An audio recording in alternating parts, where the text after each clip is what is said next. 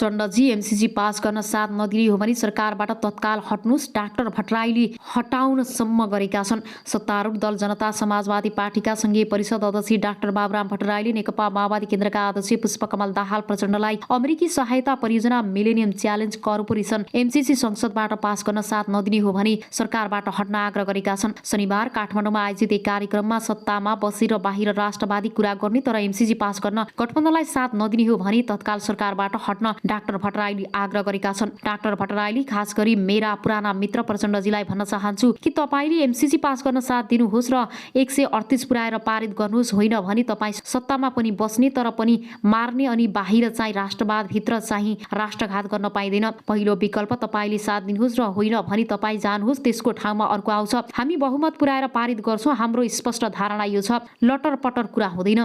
मुलुकको समृद्धि र विकासका लागि पनि एमसीसी पास गर्नुपर्ने अध्यक्ष भट्टराईको अडान छ। उनका अनुसार यदि संसदबाट एमसीसी पारित नभई नेपाल, चीन, भारत र अमेरिकाले राजनीतिक चपेटमा पर्नेछ। अब आउनुहोस् अर्को समाचारतर्फ लागौँ। चिनिया कूटनीतिज्ञ भन्छन् हामीले हेर्न चाहेको युक्रेनको वर्तमान अवस्था होइन। रुसले युक्रेनको राजधानी किभमा आक्रमणलाई तीव्र बनाइरहँदा एक चिनिया कूटनीतिज्ञले चीनले युक्रेनको वर्तमान अवस्था हेर्न नचाहेको प्रतिक्रिया दिएका छन्। कोरियाली प्रायद्वीपका लागि चिनिया प्रतिनिधि लिउ र चिया ओमिङले चीनले युक्रेनको पछिल्लो घटनाक्रमलाई नजिकबाट निहालिरहेको बताएका हुन्। उनले अवस्था नियन्त्रण बाहिर जान नदिनका लागि सबै पछिले महत्त्वपूर्ण भूमिका खेल्नुपर्ने बताएका छन्। इजिप्ट, उत्तर कोरिया र बेलायतका लागि चीनका पूर्व राजदूत समेत रहेका चिनिया ओमिङले अगाडि भनेका छन् र सर्वसाधारणको जीवन र सम्पत्तिको सुरक्षाको प्रत्याभूति हुनुपर्छ। ठूलो मात्राको मानवीय सङ्कट रोकिनुपर्छ। चीनले साझा व्यापक र सहयोगात्मक र सतत सुरक्षाको वकालत गर्ने पनि उनले बताएका छन्। कुनै एक देशको सुरक्षालाई ध्यान दिँदा अर्को देशले आफ्नो सुरक्षाको मूल्य चुकाउन नहुने उनको भनाइ छ। सबै मुलुकको वैधानिक सुरक्षा चासोलाई सबैले आदर गर्नुपर्ने पनि उनले बताएका छन्। त्यस्तै पूर्वी युरोपमा लगातार नेटोको विस्तार भइरहेकोले उल्लेख गर्दै उनले रुसको सुरक्षा सम्बन्धी चासोलाई पनि गम्भीरतापूर्वक लिएर सम्बोधन हुनुपर्ने उनको भनाइ छ। चिया ओमिङले अगाडि भनेका छन् सबै देशको सम्प्रभुता र क्षेत्रीय अखण्डताको सम्मान र संरक्षण गर्नुपर्छ भन्ने कुरामा चीनको दृढ विश्वास छ। UN चार्टरको उद्देश्य र सिद्धान्त इमानदारीका साथ पालना गरिनुपर्छ। यस विषयमा चीनको धारणा स्पष्ट संसुगत रहेको छ र युक्रेन मुद्दामा पनि समान रूपमा लागू हुन्छ। बिहिबारदेखि रुसले युक्रेनमाथि आक्रमण सुरु गरेको हो र शनिबार बिहान पनि राजधानी किभमा रुसले 2वटा मिसाइल आक्रमण गरेको थियो। किभका अधिकारीहरूका अनुसार एउटा अपार्टमेन्ट र अर्को मिसाइल जुलियानी विमानस्थल नजिकै खसेको बताएको छ। यसैबीच रुसले वार्ताका लागि युक्रेन समक्ष प्रस्ताव राखेको पनि अन्तर्राष्ट्रिय समाचार संस्थाहरूले जनाएका छन्।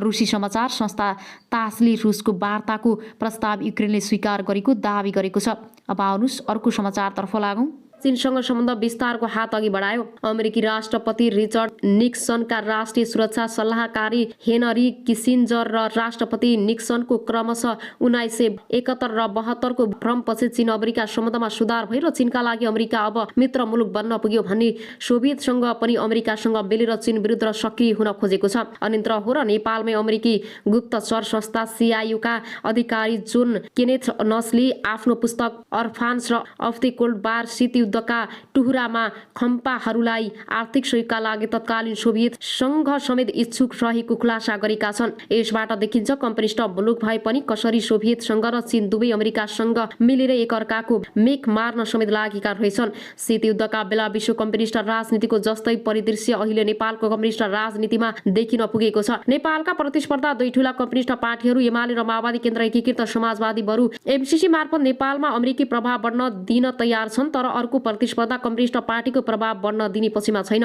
आन्तरिक राजनीतिमा एकअर्काको प्रभाव कमजोर पार्न यति बेला एमाले र माओवादी केन्द्र एकीकृत समाजवादी उच्च स्तरको दाउपेचमा व्यस्त छन्। एकले अर्कोलाई सिद्धाउने दाउपेचको आधारमा विवादस्पद अमेरिकी सहायता परियोजना एमसीसी सम्झौता बनाएका छन् र विक्रमसम्म 2020 र 21 ताकादेखि नै कम्युनिस्ट इतर शक्तिले नेपालका कम्युनिस्टहरूमाथि बेजिङ पुकमा मास्कोमा पानी पर्यो भने नेपालका कम्युनिस्टहरूले छाता ओढ्छन् भन्दै व्यङ्ग्य गर्थे। चिनिया वा सोभियत संघको कम्युनिस्ट पार्टीको नीतिसँग नेपाली कम्युनिस्टहरूको धारणा अक्सर मिल्ने हुँदा उनीहरूमाथि यस्तो व्यङ्ग्य हुने गरेको हो। पुँजीवादी धुरीको नेतृत्व गरिरहेको अमेरिकासँग कम्युनिस्ट धुरीको नेतृत्व गरिरहेका सोभियत संघ र चीनको सम्बन्ध शत्रुतापूर्ण थियो र यही कारण चीन र सोभियत संघको निकट नेपाली कम्युनिस्टहरू अमेरिकाप्रति आक्रामक थिए। सोभियत संघ र चीनले झैं उनीहरू पनि अमेरिकालाई साम्राज्यवादी मुलुकको आरोप लगाउँथे। तर स्टालिनको निधनपछि विश्व कम्युनिस्ट आन्दोलनको नेताको भन्ने विषयमा सोभियत संघ र चीन बीच विवाद सिर्जना भएर सोभियत संघ चीन बीचको विवादसँगै विश्व कम्युनिस्ट आन्दोलन पनि चिनिया र रुसी सोभियत संघ खुरीमा विभाजित हुन पुग्यो।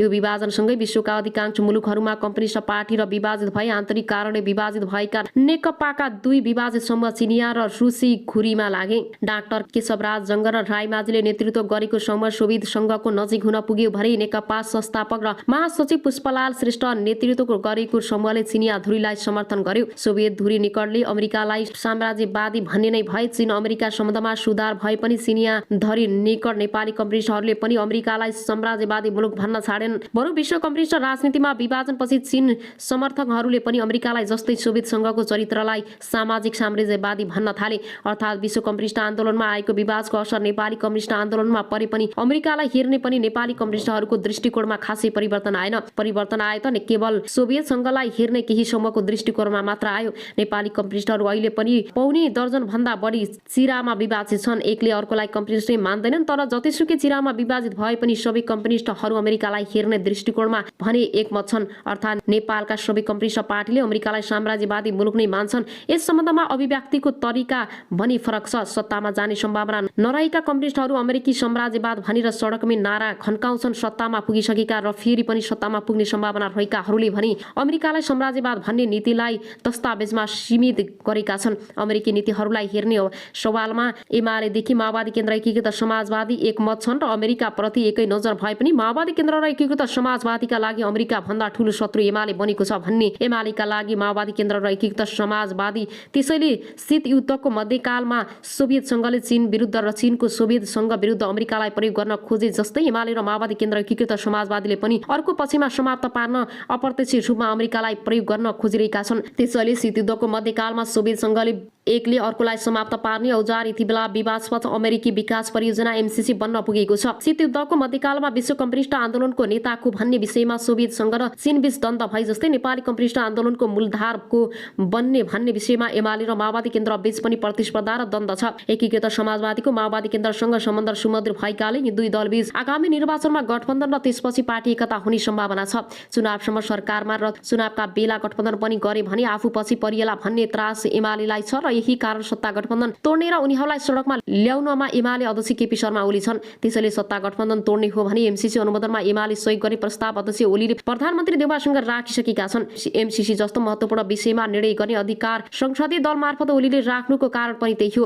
अर्थात् बरु पार्टीभित्रै समेत आलोचित बनेको एमसीसी पारित गर्न तयार छन् ओली, तर माओवादी केन्द्र र एकीकृत समाजवादीलाई ढिम्किन दिने पक्षमा छैनन्। गठबन्धन र माओवादी केन्द्र एकीकृत समाजवादी सत्तामा रहँदा आगामी निर्वाचन एमालेका लागि प्रतिकूल हुने ओलीले ठानेका छन्, जुन स्वाभाविक पनि हो। वर्तमान सत्ता गठबन्धन टुट्ने स्थिति आयो भने प्रधानमन्त्री शेरबहादुर देउवाले कांग्रेस एमाले बीच गठबन्धन निर्माण गरेर भए पनि एमसीसी अनुमोदन गर्ने वा गठबन्धन टुटेपछि ओली नै प्रधानमन्त्री हुने सम्भावना माओवादी केन्द्र र एकीकृत समाजवादीले देखेका छन्। तर उनीहरू एमालेको सत्तारोहण स्वीकार गर्ने पक्षमा छैनन्। गठबन्धन तोड्ने र एमालेको सत्तारोहणको स्थिति नआओस् भनेर उनीहरू एमसीसी अनुमोदन सम्बन्धी प्रस्ताव संसदमा टेबल गर्न दिन सहमत भएका छन्। एमसीसी अनुमोदनका लागि अमेरिकाले दिएको समय सीमा सकिन 6 दिन मात्र बाँकी छ। जसरी जनयुद्ध शीत युद्धको मध्यकालमा सोभियत संघ र चीन एक अर्कालाई समाप्त गर्न चिर प्रतिद्वन्दी अमेरिकासँग दाउ पेचमा व्यस्त थिए, एमसीसी जसरी पनि अनुमोदन गराउने योजनामा रहेका प्रधानमन्त्री देउवासँग मिलेर एमाले र माओवादी केन्द्र एकीकृत समाजवादी पनि बाँकी 6 दिनको अवधिमा उस्तै प्रकारको दाउ पेचमा व्यस्त हुनेछन्। अब आउनुहोस् अर्को समाचारतर्फ लागौं। देउवासँग के कुराकानी भयो? आफ्नै मात्र चिन्ता छ ओलीलाई आफैले अगाडि बढाएको र अनुमोदनका निम्ति अडान लिएको एमसीसी बारे अवस्था एमालेलाई अनिर्त बनाउनु वर्तमान राजनीतिक कोष संकटमा पार्न सकिने ओलीको बुझाइले काम गरेको लुक्दैन। मुलुकको प्रमुख एजेन्डा बन्न पुगेका अमेरिकी सहयोग परियोजना एमसीसी बारे सत्ता साझेदार दल माओवादी केन्द्र र एकीकृत समाजवादीले दोहोरो चरित्र देखाएको नेकपा एमालेका अध्यक्ष केपी शर्मा ओलीको आरोप छ। एक पत्थरीलाई सडकमा जाऊ भन्ने, एक थरीलाई सदनमा आऊ भन्ने सोमबार दरो चोक स्थित कालु पाण्डेको समाधि स्थल पुगेका ओलीले भनेका थिए।